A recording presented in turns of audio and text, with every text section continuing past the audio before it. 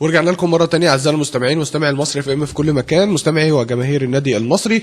لسه مكملين معاكم ملعب المصري وحلقة ليلة مباراة المصري ووادي دجلة. معانا الكابتن سيف داوود مدرب عام النادي المصري، وكمان خلينا نطمن على معسكر الفريق، وكمان نطمن جمهور النادي المصري عن إن شاء الله بإذن الله مباراة الغد في السويس. كابتن سيف ازاي حضرتك؟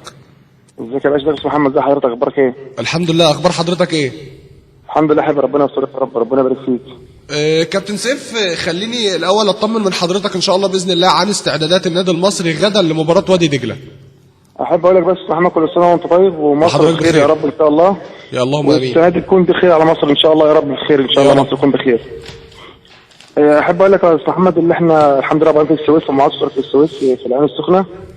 اتجاهنا النهارده السويس، وان شاء الله ماتش بكره ان شاء الله احنا مستعدين الحمد لله. كابتن صابر المنياوي يعني ان شاء الله استقرنا على التشكيل ان شاء الله، بكره نبدا بالماتش، ونتمنى من الله سبحانه وتعالى ان شاء الله الامور تساعدنا ونقدر نسعد جمهور بورسعيد ان شاء الله في 3 بونت الجايين باذن الله. باذن الله. كابتن سيف، انا عايز يعني خليني نتكلم يعني بشكل عام، وكنا بنتكلم يمكن دلوقتي من فتره كان في معانا مداخلات بتتكلم وبتقول ان يعني النادي المصري اذا حتى لو كان في فكره في رحيل الجهاز الكابتن سيف يبقى الراجل الاول. شايف وانا اتكلمت يعني كان رايي، ويمكن يكون هو راي متواضع، ان وجود الكابتن سيف لابد ان يكون اجباري مع كل جهاز فني، لان دي فتره احنا انتظرناها. شايف ازاي كابن من ابناء النادي المصري ولعيب في النادي المصري بتحس بالجمهور وطبعا بالايماءات والكلام اللي بيتقال عن مستوى فريق النادي المصري؟ بص طبعا يا محمد، احب اقول لحضرتك طبعا انا شغال مع الكابتن صابر المنياوي مدير الفني للنادي المصري، راجل محترم، راجل اسمه خدت بالك. انا ما بعرفش هم بيفكروا ازاي اللي مثلا يغيروا كابتن صبري. احنا ما لعبناش الا ماتشين يا استاذ محمد، تمام، الزمالك واتغلبنا 2-0 في ظروف كانت صعبه، وظروف اللي احنا لسه مش عارفين الدنيا عامله ايه، ماشيين على طريق سفر، مش عارفين الامور عامله ازاي. لعبنا اتحاد شرطه يا استاذ محمد، اتغلبنا، اتعادلنا 1-1، كنا كسبانين 1-0 للدقيقه 36 37. مطرود مننا لعيب عبد العزيز السيق في الدقيقه 8 من الشوط الثاني.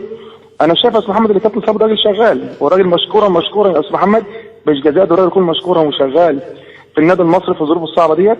ونقول مثلا تغيير، انا كسيف داوود ابن بورسعيد وابن النادي، وده طبعا شرف ليا اللي انا شغال في النادي المصري، مدرب عام النادي المصري. وطبعا اي لاعب بورسعيد او اي مدرب بورسعيد او مدير فني بورسعيد في النادي المصري في الفتره ديت. فانا شايف يا استاذ محمد اللي احنا دلوقتي بنتكلم في موضوع الكابتن صبري، راجل موجود وراجل يعني لسه ما بقاش ماتش او ماتشين يا استاذ محمد اللي احنا نتسرع في تغيير جهاز فني. ما عادش الكلام ده يا استاذ محمد، لازم نصبر. الفرقه بدات تتحسن واحده واحده، وانا شايف ان شاء الله الفرقه بتتماسك ويبقوا في شكل افضل، بدا يبقى في شكل افضل. خدت بال حضرتك؟ فانا شايف ان الامور ان شاء الله الفتره الجايه تكون احسن باذن الله. طيب كابتن سيف، يعني خليني اقول لحضرتك ابرز ملامح تشكيل النادي المصري غدا امام وادي دجله، وهل هيكون في تغيير في تشكيل النادي المصري عن مباراه اتحاد الشرطه؟ بالفعل هيكون في تغيير اكيد، عشان طبعا عبد العزيز توفيق الطرد دوت، طبعا عبد العزيز توفيق لاعب مؤثر معانا، تمام. وطبعا يكون في بعض بشاو في تغيير كتير، يعني بعض اللاعب او اثنين ان شاء الله محمد، تمام. ان شاء الله التوفيق لكل لاعب، احنا عندنا لعيبه محترمه ولعيبه كويسه جدا، وان شاء الله نعمل مباراه كويسه جدا. وادي دجله فرقه محترمه وفرقه احنا بنحترمها كنادي مصري، وان شاء الله ربنا يوفقنا بكره ونسعد جمهور بورسعيد ماتش بكره ان شاء الله، ونجيب ب 3 بونت باذن الله. خليني اقول لحضرتك كابتن سيف، يعني احنا بنكن لحضرتك كل التقدير والاحترام، ويمكن دي خطوه احنا انتظرناها كثيرا، ان حضرتك تكون عضو في الجهاز الفني للنادي المصري. يعني احنا بنكن لحضرتك كل الاحترام والتقدير ولكل الجهاز الفني، وبنتمنى ان شاء الله التوفيق من المولى عز وجل غدا ان شاء الله امام وادي دجله، وان شاء الله ترجعوا باذن الله بالثلاث نقاط.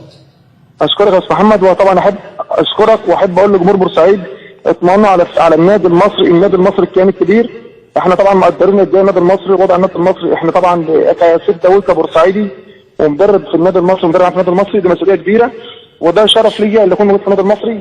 وانا طبعا زي ما كنت لعيب بورسعيدي وفرحت بلدي قبل كده، فان شاء الله اتمنى الله سبحانه وتعالى يوفقني ويوفق الجهاز الفني معايا المحترم، اللي ماتش بكره نرجع ان شاء الله 3 بونت نفرح جمهور بورسعيد ان شاء الله يا رب. ان شاء الله كابتن. يعني خلينا برضو نقول ان الكابتن سيف داوود عموما حتى في مشواره الكروي ما كانش بيختلق المشاكل ولا كان بيجري ورا المشاكل. كابتن سيف بطبعك يعني لعيب ملتزم، لعيب مصلي، لعيب مؤدي بشكل جيد مع النادي المصري. اعتقد ان كمان حضرتك ده هينطبع على الفريق اللي بتدربه ان شاء الله. يا محمد احنا فرقه محترمه، والناس بدنا احترام بالجهاز الفني، تحترم كلنا اسره واحده كجهاز فني ولاعبين وجهاز طبي.